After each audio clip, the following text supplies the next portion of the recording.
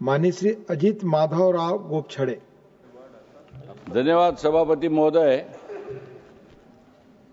ये हमारी भारत माता, हमारा हिंदुस्तान एक जमाने में सुवर्ण भूमि थी।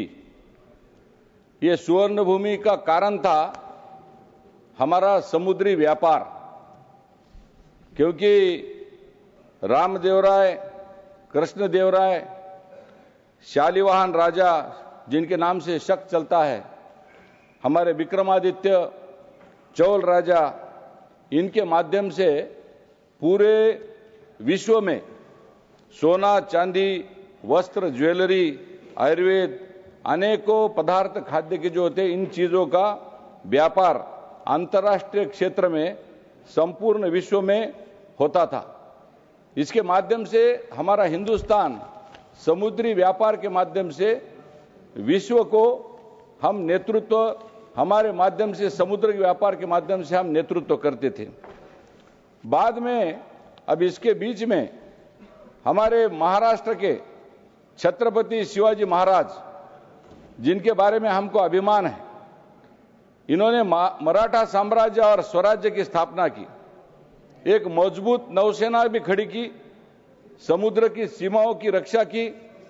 ये जो मराठा जहाज थे, ये छोटे छोटे तकनीकी रूप से सीमित थे। सूरत जैसे बंदरगाहों से औरंगजेब की आपूर्ति की श्रृंखला को काटकर 27 वर्षों की लंबी युद्ध में उन्होंने छत्रपति शिवाजी महाराज जी ने एक अहम भूमिका निभाई थी। जल और स्थल दोनों पर छापामार युद्ध की रणनीति के माध्यम से, इस माध्यम से हमारा जो समुद्री आरमार और व्यापार था वो विश्व में बहुत ही ताकतवर था। छत्रपति शिवाजी महाराज के जमाने में सम्राट अशोक और मौर्य के वंशक के काल में सम्राट अशोक ने व्यापार के साथ साथ धर्म प्रचार के लिए भी जल मार्ग का उपयोग किया और भारत का सांस्कृतिक और आर्थिक प्रभाव समुद्र के पार फैला गया। इसी तरह से जो मैंने कहा, रामदेवराय और कृष्णदेवराय जी ने मंगलोर, होनावर, गोवा विकसित किया। उस समय समुद्र के जरिए व्यापार केवल आर्थिक लाभ का जरिया नहीं था, बल्कि राजनीतिक गठबंधन और सैन्य की मजबूती का माध्यम भी बना।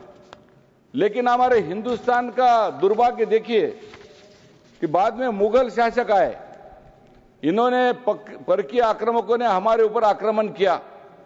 हमारे हिंदुस्तान की जितनी भी मजबूत जो शक्ति स्थल थे,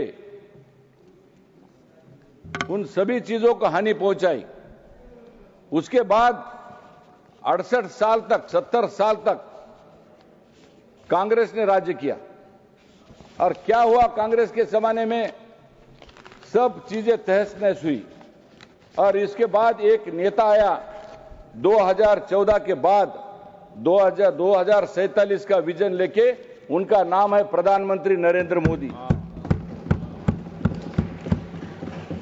इनके माध्यम से जो हमारी हिंदुस्तान की जो पुरानी जो हमारी सुवर्ण भूमि थी, इसको फिर से विकसित भारत होने के लिए मोदी जी के गवर्नमेंट ने और हमारे माननीय मंत्री जी, सागरमाला की हमने शुरुआत की, ब्रांड न्यू एयरपोर्ट्स उन्होंने तैयार किए हैं।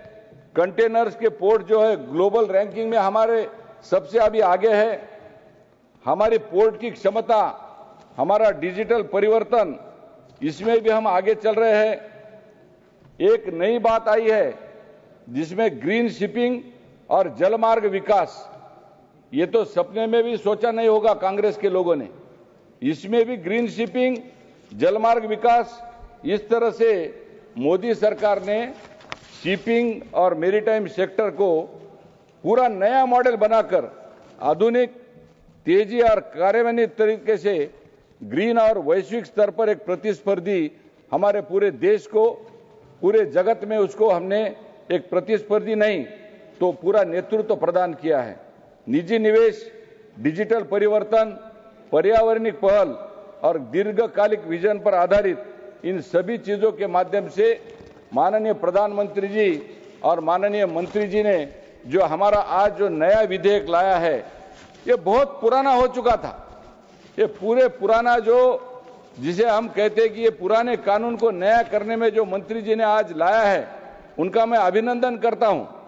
मोदी सरकार का भी मन से मैं अभिनंदन करता हूं कि इसका आधुनिकीकरण करने के लिए उन्होंने एक अच्छा कदम आगे रखा है।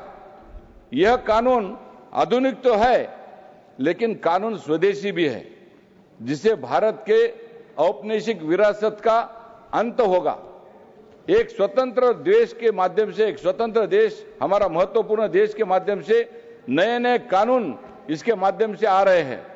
हम एक आर्थिक शक्ति के रूप से हमारी पहचान में पूरे देश के माध्यम से विश्व में एक हम सबसे बड़ी आर्थिक शक्ति बनने जा रही है। पुरानी कानूनी भाषा और संरचना को सरल बनाया गया है। कानून के सभी हितधारकों को अधिक सुलभ और समझने में इसमें हम आसानी हो सकती है। मैं प्रधानमंत्री जी का और माननीय मंत्री जी का मैं मन से आभारी हूं कि इन कानूनी प्रावधानों को उन्होंने सरल बनाया है। उनकी व्याख्या जो थी वो जटिल थी, उस जटिल को आसान बनाया है और इसमें व्यापार और आर्थिक विकास के लिए एक महत्वपूर्ण और समुद्री क्षेत्र को वहन पत्रों के लिए एक स्पष्ट और अद्यतन कानूनी ढांचे से इसका लाभ होने वाला है। इसमें मैं आप सब लोगों के सारे पटल का ध्यान आकर्षित करना चाहता हूं कि मैंने जो अभी जो बात कही है, जो सागरमाला की शुरुआत इसका मार्च 2015 में लॉन्च हुआ था। आधुनिक पोर्ट का विकास हुआ, नौका मार्ग का विकास हुआ। अभी अभी हमारे मित्र अरुण सिंह जी ने, जो हमारे नेता है, उन्होंने बोला था लॉजिस्टिक कनेक्टिविटी का फोकस किया गया। इसमें कंटेनर टर्न अराउंड टाइम घटकर 44.7 घंटे से कम होकर 26.98 घंटे हुआ है।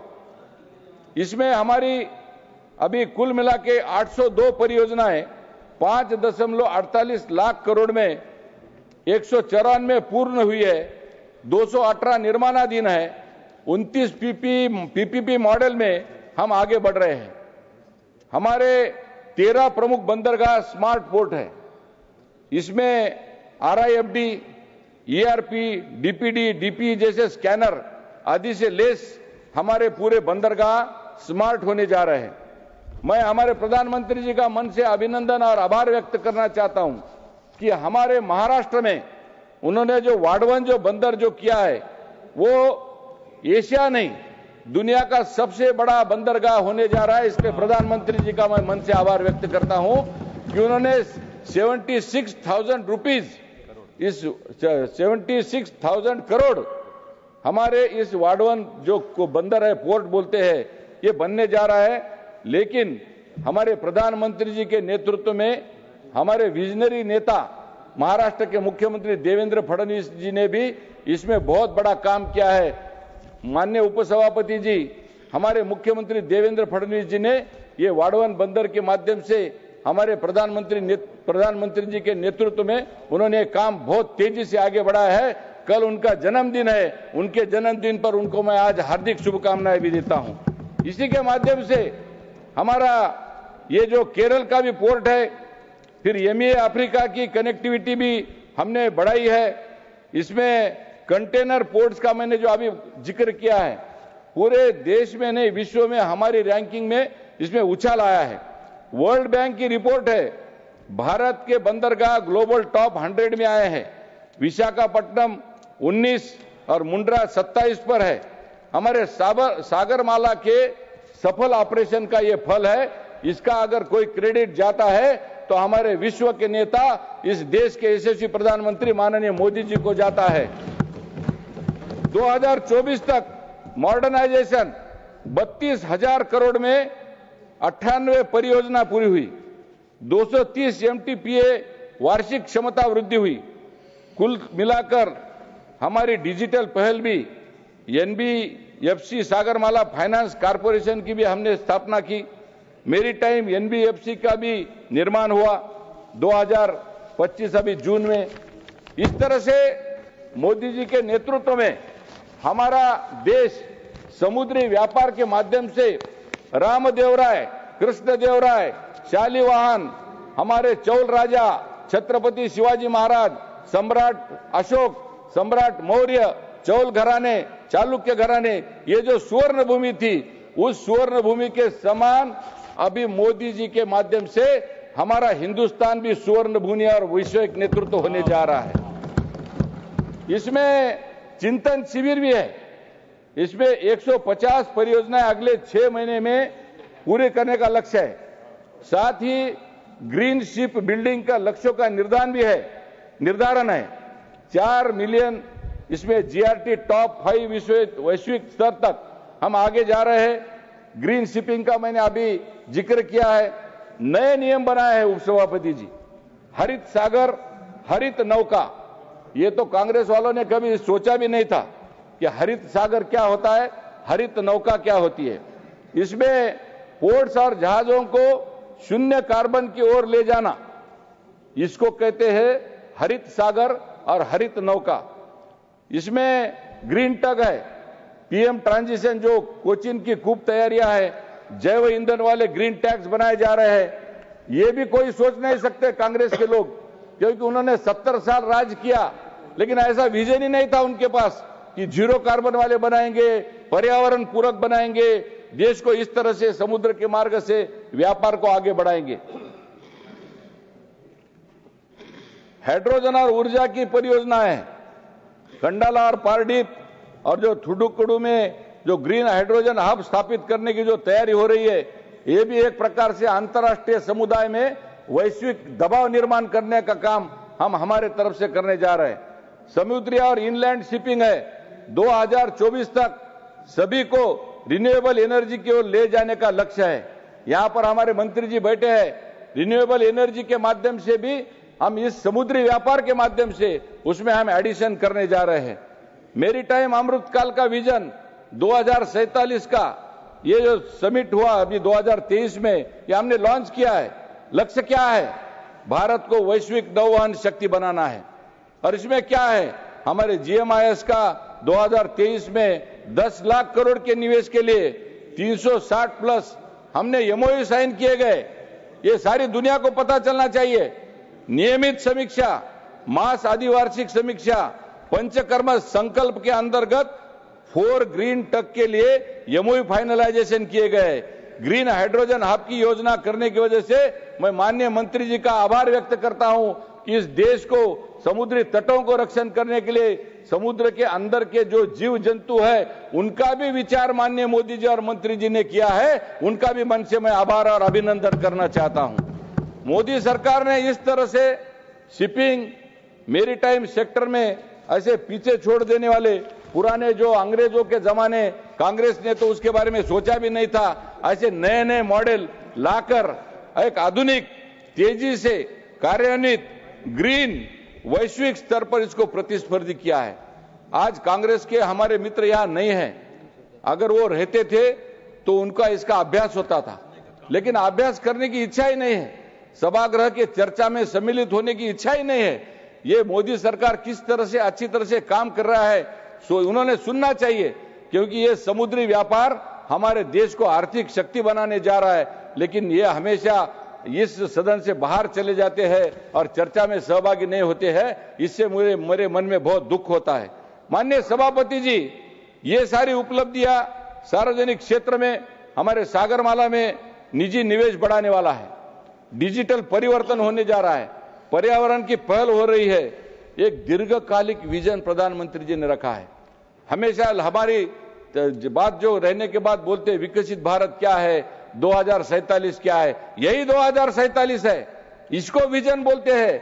यही विजन के माध्यम से हम आगे जा रहे हैं, जिसके माध्यम से आधिकारिक पीआईबी स्तोत्रों को हम आगे लेके जाना चाहते हैं। माननीय उपसभापति महोदय, मुझे ये चीज बताते हुए बहुत खुशी होती है कि हमारा हिंदुस्तान पूरे समुद्र तटों से, एक तरफ अरबी समुद्र है, एक तरफ हिंदी महासागर है, एक तरफ बंगाल का उपसागर है। पूरा समुद्र, इसको बाहर की देश वाले लोग ब्लू मनी बोलते हैं। हम इसको ब्लू मनी नहीं बोलते हैं, हम इसको जल देवता बोलते हैं।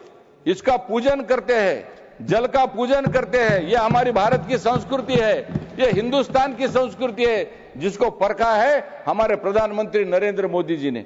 क्योंकि ये जल मार्ग, ये सागरमाला और उसके माध्यम से होने वाली जो जो चीजें हैं, ये चीजें हमारे भारत देश को, हमारे हिंदुस्तान को उन्नति के रास्ते पर लेके जाने के लिए एक बहुत बड़ा विधेयक, सचमुच में आज विरोधी दल यहां पर हाजिर रहना बहुत जरूरी था, क्योंकि इतना बड़ा विधेयक यहां पर आज होने जा रहा है। यह विधेयक 2047 के विजन के लिए एक समर्थन के लिए मैं खड़ा हूं। माननीय मंत्री जी का मैं मन से आभार व्यक्त करूंगा। इतना शक्तिशाली, इतना प्रभावशाली समुद्र का पोत परिवहन जो विधेयक जो लाया है, इससे आने वाली पीढ़ियां आपको दुआ देगी, आने वाली पीढ़ियां हमारे मोदी जी को दुआ देगी, आने वाले हमारा जनरेशन इस देश को, इस एनडीए हमारे इस गवर्नमेंट को पूरी तरह से आशीर्वाद देगा और इसी प्रकार से हिंदुस्तान महाशक्ति बनेगा, जिसका सपना छत्रपति शिवाजी महाराज ने देखा था, जिसका सपना रामदेव राय कृष्णदेव राय ने देखा था, जिसका सपना चौल वंशजों ने देखा था, जिसका सपना महात्मा गांधी जी ने भी देखा था। लेकिन उस महात्मा गांधी जी ने जो सपना देखा था, वो सपना देखने के लिए कांग्रेस वाले इस सभागृह में नहीं है, इसलिए मेरे अंतःकरण में बहुत दुख होता है। महात्मा गांधी का भी सपना था इस देश को आगे लेके जाने का। मैं उपसभापति जी, इसके माध्यम से मैं मेरे प्रधानमंत्री जी का और हमारे मंत्री जी का मन से आभार व्यक्त करके मेरी वाणी को विराम देता हूं। धन्यवाद। धन्यवाद।